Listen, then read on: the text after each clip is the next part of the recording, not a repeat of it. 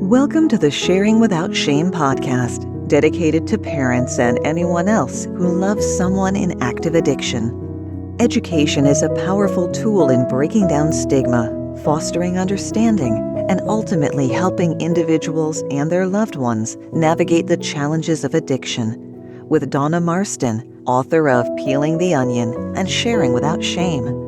So take a deep breath and grab some tissues as we uncover the stories of love, courage, and unwavering support in the face of adversity, as Donna and her guests share their stories without shame.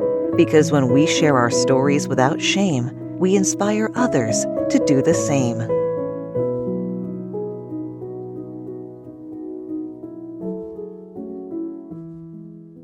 Hello, and welcome to the Sharing Without Shame podcast. My name's Donna Marston. I'm your host, and today's podcast is sponsored by Snap Bands, and this is my band. It says blessings. I never thought of myself as a blessing, but that's what the literature says. You're blessed and things. And so what it is, it's cognitive therapy. You'd give it a little snap. You can snap yourself right out of a negative attitude or a craving or whatever it is. They're great for mental health. If you're interested in buying one, just go to Snapbands, that's SNAPPBANDZ.com, and under comments, put SWOS or Sharing Without Shame so that they'll know that you heard about the Snapbands from me. Moving forward today, I am excited to bring on Scott Strode, who is an author, and he's the founder and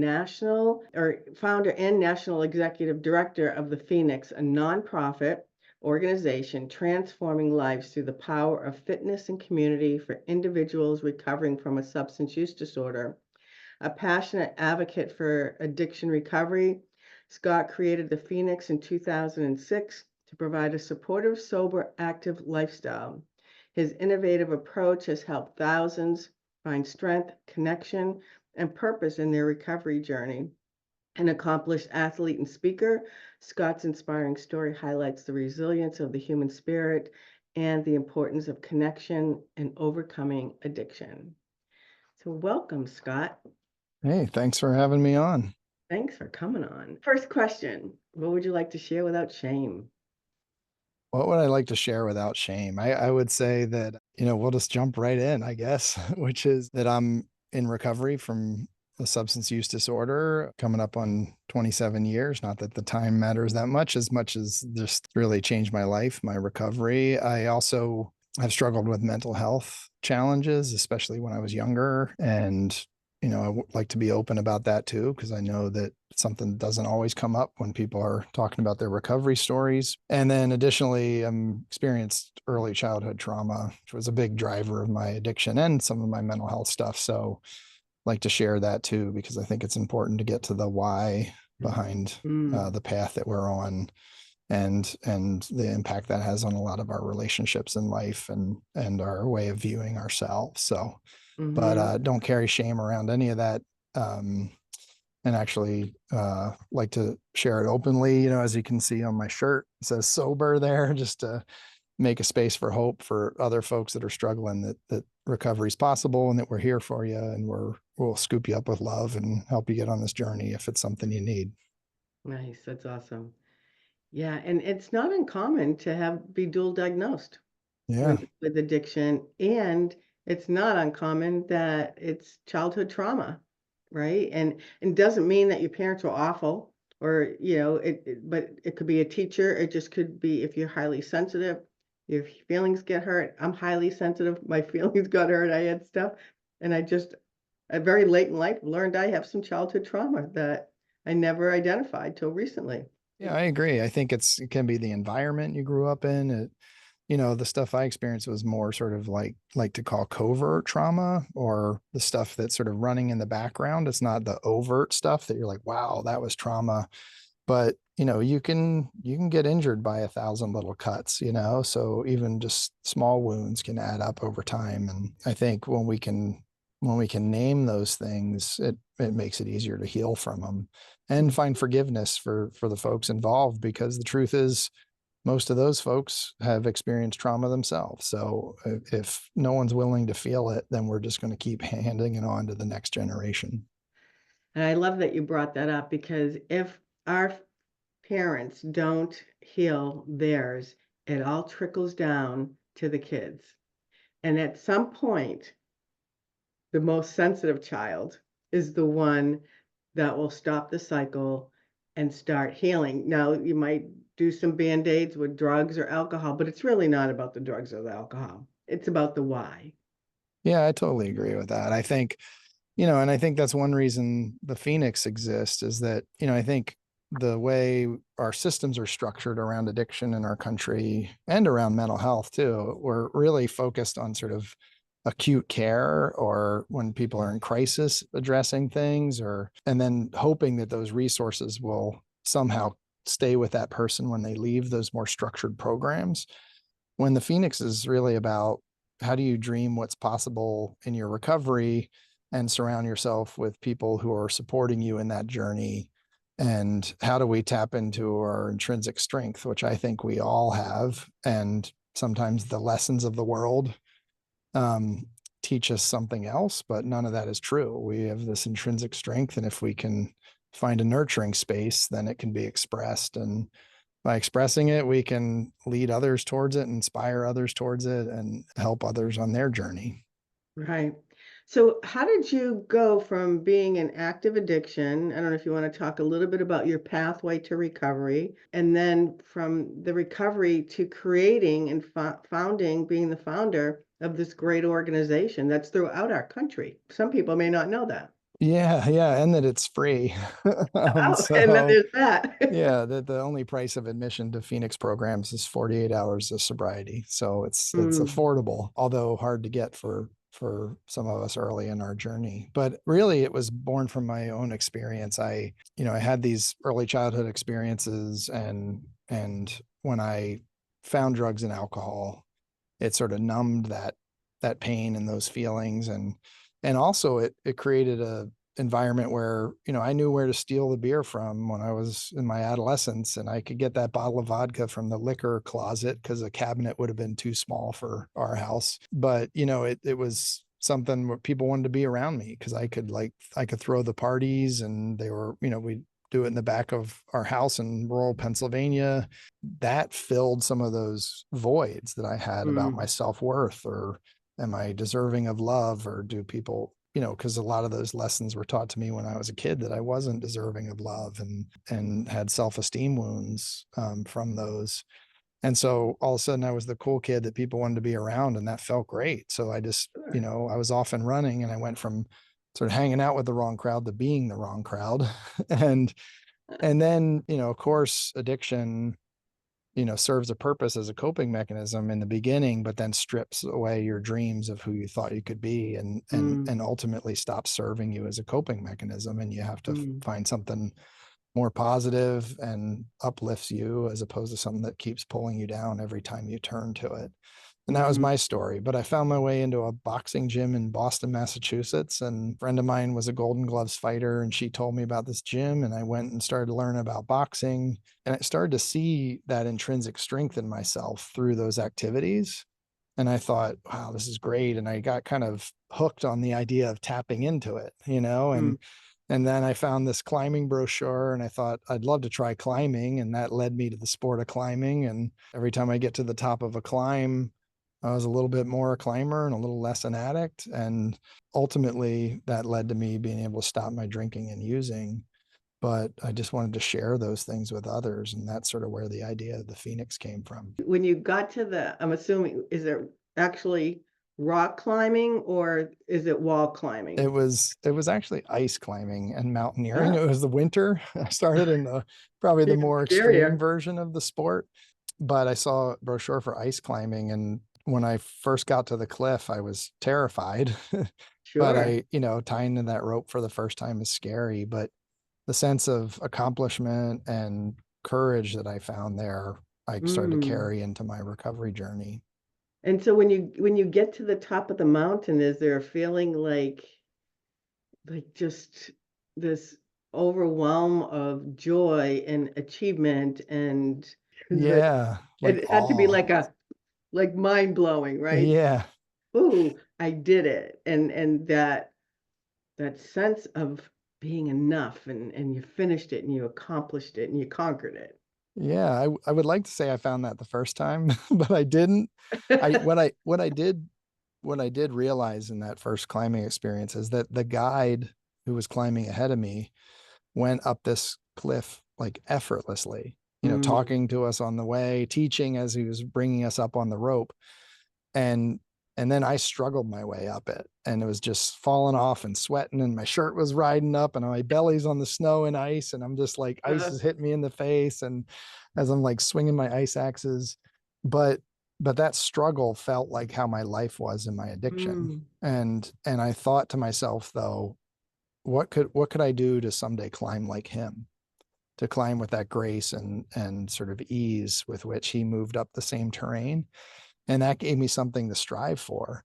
sure. And then in those experiences of getting out in the mountains and getting in the boxing ring and later getting into triathlon, I actually found those what I like to call sort of flow state moments where you're talking about, like where you feel accomplished and that you're exactly in the right place and that you have this skill that you're now practicing, and that is giving you these awe moments where you Mm, feel like there's maybe a reason you're on earth, and that mm, you're deserving of sort of this life that you have, whereas before that I don't know that I felt that very often.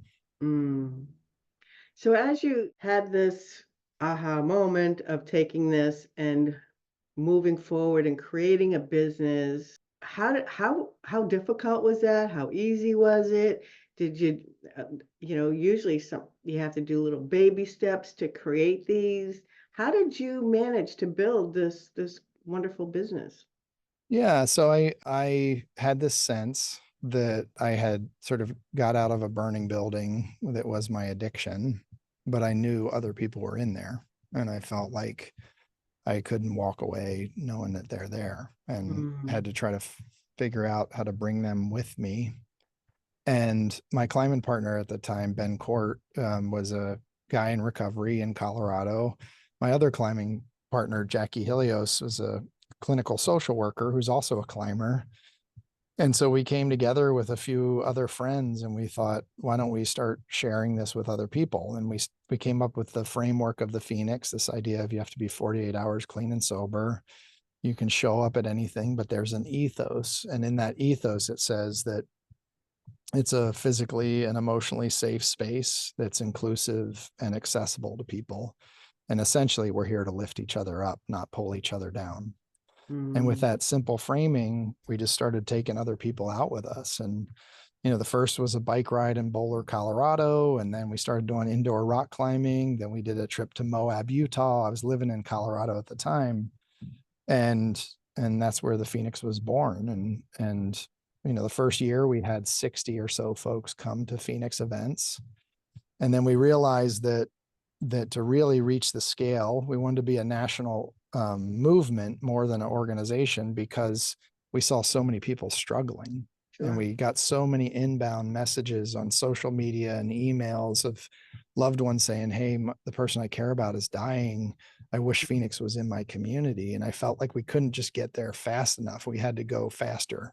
Yeah. And so we opened up the opportunity for volunteers to be trained in the Phoenix model and start Phoenix in their communities. And that's when we went from, that first year serving 60 people total. And when we launched the volunteer model, we had served about 20,000 people. And Wow. now we've served over 500,000 people with free recovery support through volunteers in every state throughout the country. Every single state. Yeah, yeah. Wow. Because I know I'm in New Hampshire. A friend of mine ended up getting trained, and I think she worked out of Boston. Oh, nice. Yeah, for a while. That's But I know it's in New Hampshire because I know some people that do go to some of yeah. the events. We are up there. We have great programs in New Hampshire, and the people can just find it through our mobile app, which is in of itself is a pretty special addition to the Phoenix movement. So I can share about that too if you want. Sure. We realize that, even as an organization, none of us can do it on our own. So we took what was the Phoenix app and we evolved it into New Form, which is a digital platform for any nonprofit that works in and around addiction and mental health. And the idea with New Form is that you can set up your profile in it as an organization. You can use the calendar function, and you can have a way to connect the people you serve to your activities. But the beauty of it is that every Phoenix member and every member from the 100 other nonprofit organizations that are on New Form can see that program too. Because you might have, like, for example, there's a group called Seek Healing. And Seek Healing is a peer-led groups that help people overcoming trauma. Seek Healing would have helped me immensely in my early recovery, but how would I have found them, right? And Phoenix would have helped me immensely, but it didn't exist in those days. So, like, if we have this sort of marketplace of empowerment and healing where other nonprofits are sharing their unique gifts, maybe somebody's helping Phoenix members with a workforce development program, but Phoenix is also helping that workforce development programs people who are overcoming substance use. Or you're a reentry program for folks returning from the criminal legal system, and you're connecting them to Phoenix or to Seek Healing or to these other groups that are on the platform. So New Form is really a new form of digital community is what it's about. And isn't that what recovery is all about? Really connecting to a community of people of like mind, have the same interest, or been through what you've been through with addiction. So can you speak about how the community it's just the key to all of what you do and a person's recovery? Yeah, I think that obviously some of these underpinnings were sort of developed a long time ago about being of service and showing up for others. And those are part of the culture in the recovery community. But I think with Phoenix and New Form, we've really tried to take it to another level where your unique gift, whatever it is, it could be art or music or just wanting to lead a social event or whatever it is, you can be empowered to share that unique gift with others. And by doing that, you're helping them. But the truth is, you're also helping yourself, right? Because for me, I really found this life of purpose once I found the work with the Phoenix. Before that, if I didn't have a race on the calendar or a triathlon or a climbing trip or whatever, I could feel kind of empty inside, right? I was still seeking my emotional well-being externally. I hadn't found it internally yet. But by being of service to others and using, sort of my knowledge of the path we're on to help them avoid some pitfalls that they might have fallen into without that, I felt a greater purpose in life. So, through New Form and through the Phoenix, people can use their unique gifts to help others rise. And by doing that, they help themselves rise. That sort of mutual benefit is really where the magic is. That's the same thing we're trying to do with partners on the platform so that their organization can help our folks and we can help their folks. And by doing that, we are building true community. And so how's the success rate when you have somebody that, is 48 hours sober or, and they're working your program?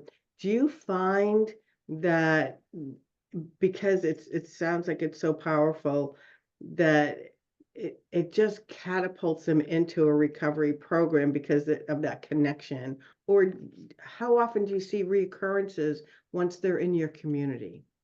Yeah, I mean, we actually have, I think, pretty exceptional outcomes as far as people that are actively involved in Phoenix. So about 86% of our folks at 3 and 6 months are stay sober, which is huge. And Sure. actually, I think outperforms, the clinical world and clinical treatment data.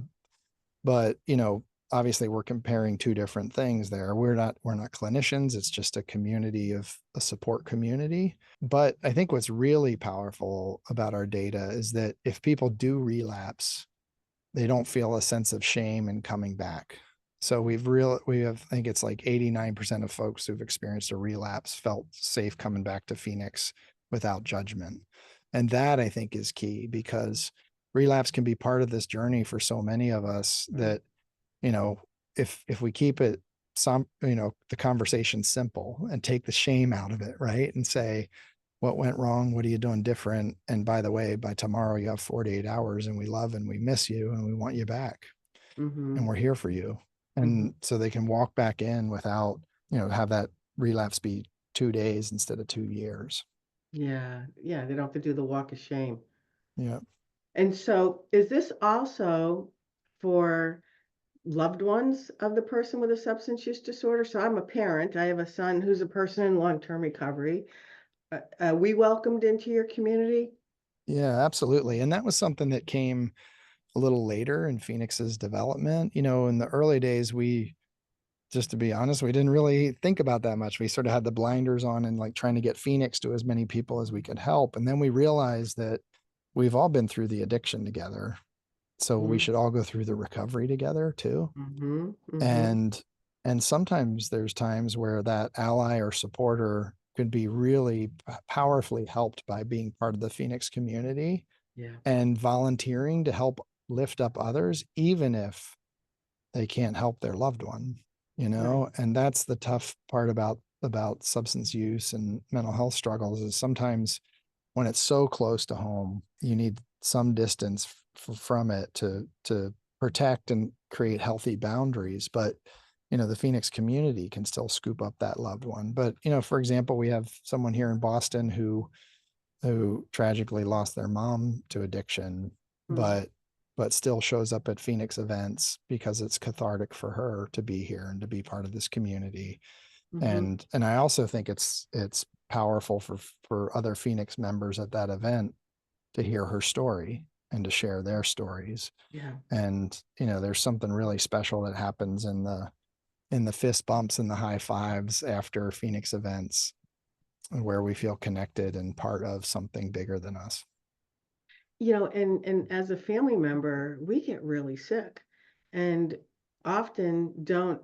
For me, I didn't know anything about addiction. I didn't grow up around it. So I did a lot wrong.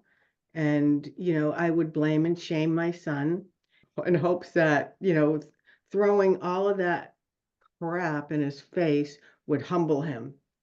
I mean, I was a mess and I made a mess. I'm so happy to hear that you include us because there were times where I would drop him off at a recovery or treatment, and one guy put his leg across the door, had my son hop over it, and I went to come in. He goes, say goodbye, shut the door, and I didn't know what was going on. Yeah. Yeah, they wouldn't tell me if he was there. He didn't sign a release. So I Yeah. think it's really nice when we're included because we're a very important part, right? Because Yeah. we if we don't get well, we're toxic to our loved ones' recovery. And so it all trickles down no matter which way you go. One reason I sort of felt compelled to write Rise, Recover, Thrive is not just for folks in recovery, but for allies and supporters and loved ones. Because, I'm in recovery, but I also love a lot of people who have struggled or are struggling or are in recovery too. And so it's like I'm also an ally and supporter. And I think that what we realize on this journey is that sometimes to help the person we're really rushing to try to save, we actually need to take care of ourselves too. And not just that, but we have to do our own deep self-reflective work, right? Because if it is, that family of origin or that lineage that we talked about, with my family, it's like had my mom or my stepdad or my father done some work on themselves, I think they would have showed up in a way that would have been different for me Mhm. and modeled something, a vulnerability and a willingness to do that work. Because I think if sometimes families don't do that work and it feels as if the sole blame is on the person who's active in addiction. So I think it is a family journey, and that's why families are welcome at Phoenix too. But they also have to be 48 hours sober, and they have to adhere to that ethos that we're here to lift each other up. So the bar is the same for everyone who comes to Phoenix. That's good. So what if they're social drinkers? Yeah, they got to take 2 days off to come and be part of it. And it just creates an awareness. And I think sometimes we have folks that come, they show up because they wanted to volunteer, but they stay because they realize that those breaks from drugs or alcohol for them, they realize that their relationship wasn't healthy with it either. So Yeah. now they're a Phoenix member because of lived experience too. So I found that a lot. I ran family support in New Hampshire for over 12 years till COVID hit, and it kind of all went away. But a lot of the parents, you kind of sense something's off, but who am I to say you have an issue? But eventually they'd come to me and say, I think I have a problem. And, I knew enough people through my son that I'd take them to a women's meeting or introduce them to some of my son's friends so that they could go and start their journey. Yeah, so it's pretty interesting that you don't know what you don't know till you start looking at yourself. And that's painful. And it can be difficult to look at our flaws, or especially as a parent, because I think our children grow up thinking we're perfect. We do everything right. And, yeah, and really, in the big scheme of things, they're watching us grow up, and we make mistakes. And hopefully they're not harmful, but it happens. So yeah, yeah. Well, I think it's great that you were able to be there to shine a light on that for so many folks, and I'm sure it's been powerful for a lot of folks to hear you share those words because, and that was the thing is like, it was one thing. My father had untreated mental health challenges and my stepfather had untreated alcoholism. And the real gift was when I was able to forgive them and understand that they each have their own story that led to where they are, mhm. because then it's powerful. And we have to be able to do that for ourselves too, you know? It's so important to look at our parents, grandparents, their background, their family dynamics, so that we have an understanding that, we're dealing with a wounded child. And what age did they stop developing? And as you know, with alcoholism or drug addiction, if depending on the age that you start ingesting, there's delayed development. So often when we're dealing with our adult children or our adult parents, they might look 36, but they're really only 15 emotionally. Yeah. Yeah. I mean, I think too, and sometimes the way in which the world imprints on us, right? It can change the way we try to cope with things or the way we show up or the way we're sort of trained. Like maybe this is how I have to show up to be loved. And, Mm, for me with that dynamic childhood, um, I got really good at trying to forecast or imagine how I had to show up to be loved. Because if my dad was in a manic episode or a depressive state, I had to show up differently. If my stepfather had come home from work or was 8 martinis in, I had to show up differently. So that made it hard for me to figure out who I am authentically as an sure. adult because I was Yeah. always sort of future tripping who I needed to be safe and to be loved. And the beauty of that coping mechanism is actually it helps you with strategic planning for an organization because you're always forecasting and worrying and anticipating, but it doesn't help you when you're trying to find your life partner, or now that I'm a dad, when I'm trying to just be present with my kids instead of Yeah. worrying about what could happen in a dynamic, like it's a practice because you can't unimprint those behaviors with the same power with which they were imprinted. You have to do it through practice and And change and practice. yeah, and also not living in fear, Yeah. right? It's learning. I've just done a lot of work with our fear. It turns into control. And so I was fearful of my son dying from his addiction. And so I, like Mama Bear, I'm gonna control his addiction, the damn drug dealers. I'm gonna control it all. I don't know who I thought I was, but it didn't work out real well. And I had to learn that's just, it didn't go well. I made a mess and I had to learn from my messes. So I want to go back in back of you is your book Oh, yeah. called Rise, Recover, and Thrive. Now, this is a new book coming out in January. Am I correct? Yeah, yeah. So by the time folks are listening to this, they'll be able to buy it anywhere books are sold. Nice. And it's exciting because Phoenix is a sort of a co-owner of proceeds from the book. So they get a portion of proceeds from the Nice. book. And I really felt compelled to write it because I wanted to share about those adverse childhood experiences and the root why behind my addiction, but Mhm. also about the intrinsic strength in people. And if we treat people, with dignity and create pathways of empowerment for people, I always think of it this way, that inside us, this strength and self-esteem sort of ember is always smoldering, right? And if it gets Yeah. oxygen and catches fire, there's really Mm. no stopping it, right? Like we can Yeah. become our best self and live this life where we thrive. But our addictions and many of the stories that led up to the addiction sometimes dull that belief in ourselves. But there's something powerful standing on top of a mountain or crossing a finish line that helps people find that. And I think, sort of the book talks a lot about how the system with which we're approaching addiction or mental health Mm-hmm. is inherently flawed, because we Sure. see people as a problem to be managed, not Mm. as part of the solution. An example of this is when I talked about getting out of the burning building. That was like my recovery. I got out of that burning building. But who is best positioned to pull other people out with them? The person Mm-hmm. who's standing next to it, right? That was me. And now I can use my unique gifts to help others get out of it. And Mm. sure, we need the fire department and everybody else to show up.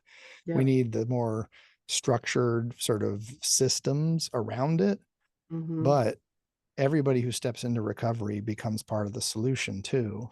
We will eventually tip the scale the other direction. And Mm-hmm. I think we can sort of solve addiction in our country as we know it today to make it a world that's so much better. And the same around mental health, by just simply believing in the strength in people and figuring out ways to foster that to where it can thrive. And I think the generations are changing. You know, I did a thing on addiction, generation of addiction, and like my grandparents, they grew up in a generation where just you don't rock the boat, you just zip your lip. And then I grew up, I'm a baby boomer, and children were to be seen but not heard. Like, who made that up? Yeah. You know, and then you get down to the younger kids, they're very open about their mental health and what their needs are or their addiction, and which is, to me, will save a lot more lives because they can be open and honest about it. And I think it with each generation, it's just getting better. And like that openness is so important because we're as sick as our secret. Yeah. Yeah, I agree with that. I think that by bringing stuff into the light, it's pretty hard for it to hold its power. And I think that the more of us, like I always say that not everybody has to wear a sober t-shirt, but the ones of us that are willing to will make space for others that are struggling. And Mhm. I think that we need to catch up actually to where people are today, where they're posting about it in social media about their recovery. They're reaching out for help in those channels. That's why, for me to take our mobile app into new form and create a space where, every click or swipe is bringing you closer to meaningful connection with other people Mhm. and a pathway to your own thriving, I think is so important, because if you've sort of walked in the dark, you can appreciate the light in a different way, Sure. but you also can be a translator for folks that are still in that dark place. Mm. Yeah, I like that. Yeah, because, when you're sick and suffering, there's disconnect. You're just disconnected from your emotions, from the people around you, and then it's I would imagine you just keep self-medicating, which is Band-Aid, Band-Aid, Band-Aid, Band-Aid, all these Band-Aids that aren't helping, right? They're just keeping things at bay until you finally or somebody has the courage to say they've had enough and they're ready to put one foot in front of the other. And sometimes it's just little baby steps. But as long as Yeah. they're making a step, that's what Yep. matters. And that's why, the path that I was on and the way that the Phoenix developed was such a great sort of pathway for folks seeking recovery. Because like even the big mountains I've climbed, like that's how you climb it, right? You kick one little step into the mountain, and then you kick one more little step, and eventually you get to the top. And when you go through the valleys, you know that you're going to climb up to the summit again. And so you don't lose hope in those valleys, because it's part of the journey. And I think that's why it's so applicable to the recovery pathway. Not everybody has to be an athlete to come to Phoenix either, because we do yoga and meditation, and we do social events and music and art night and even book clubs you can do.